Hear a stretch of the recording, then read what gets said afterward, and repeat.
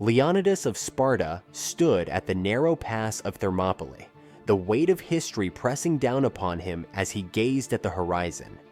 The dust rising in the distance signaled the approach of Xerxes' vast Persian army, a force so massive that, as legend claimed, their arrows would blot out the sun. But Leonidas did not waver.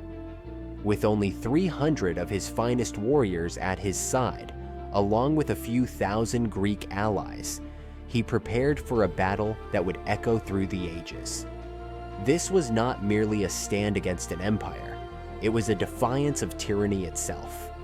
Born into the warrior society of Sparta around 540 BCE, Leonidas was never meant to be king. As the younger son of King Anaxandridas II, his future seemed destined for the shadows of his older brother, Cleomenes I. But fate had other plans. When Cleomenes' reign ended in madness and disgrace, leaving no male heir, Leonidas ascended the throne, a man forged not in politics, but in battle. Unlike rulers who inherited power from birthright alone, Leonidas had endured the brutal agoge training system, emerging not just as a king, but as a warrior among warriors. He understood the Spartan way: victory or death, never retreat, never surrender. In 480 BCE, when the Persian king Xerxes marched toward Greece with an army said to number in the hundreds of thousands, the Greek city-states faced annihilation. Some wavered, others debated, but Sparta knew only one course: war. The Oracle of Delphi delivered a grim prophecy. Either a Spartan king must die, or Sparta itself would fall. Leonidas accepted his fate with stoic resolve. With only 300 elite Spartans, all of them fathers to ensure their lineage would survive, he set out to delay the Persian advance at Thermopylae, a narrow pass where numbers counted for little and skill mattered most. The Greek coalition force, numbering around 7,000, took up defensive positions as the Persian horde arrived. Xerxes, expecting an easy victory, sent emissaries demanding surrender. "Lay down your weapons," they commanded. Leonidas's reply was as legendary as the battle itself. "Mullen Labe, come and take them." The Persians obliged, but they underestimated the Spartans. As the first waves of Persian troops surged forward, they crashed against the impenetrable Spartan phalanx, a wall of bronze shields and spears wielded with lethal precision.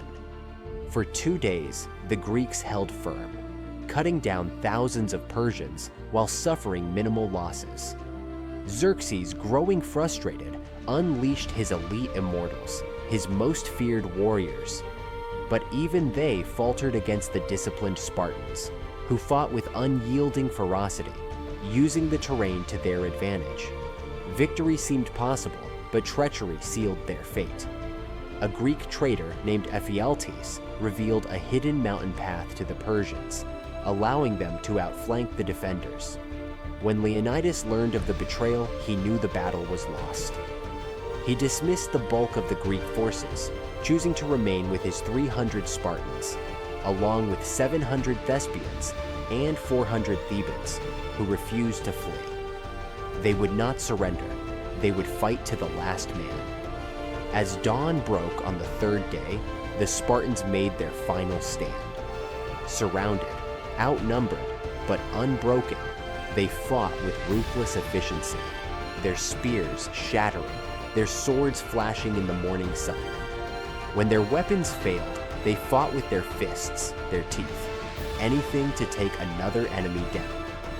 Leonidas, knowing his death was imminent, led from the front, his blood mingling with the dirt of Thermopylae. One by one, the Spartans fell, until none remained. Their bodies littered the battlefield, but their sacrifice was not in vain. The stand at Thermopylae bought Greece the time it needed to rally. Inspired by their courage, the Greek city-states united. Months later, at the Battle of Salamis, the Greek navy crushed the Persian fleet. The following year, at Plataea, the Greeks delivered the final blow, driving Xerxes' army from their land. Leonidas and his 300 had not just delayed the Persians, they had ignited a fire of resistance that would ultimately save Greece. Their story became legend, a testament to courage against impossible odds. Today, a simple monument stands at Thermopylae, bearing the inscription, "Go tell the Spartans, stranger passing by, that here, obedient to their laws, we lie." It is not merely a grave marker, but a reminder that freedom is never free. And sometimes, the most powerful message is written not in words, but in blood.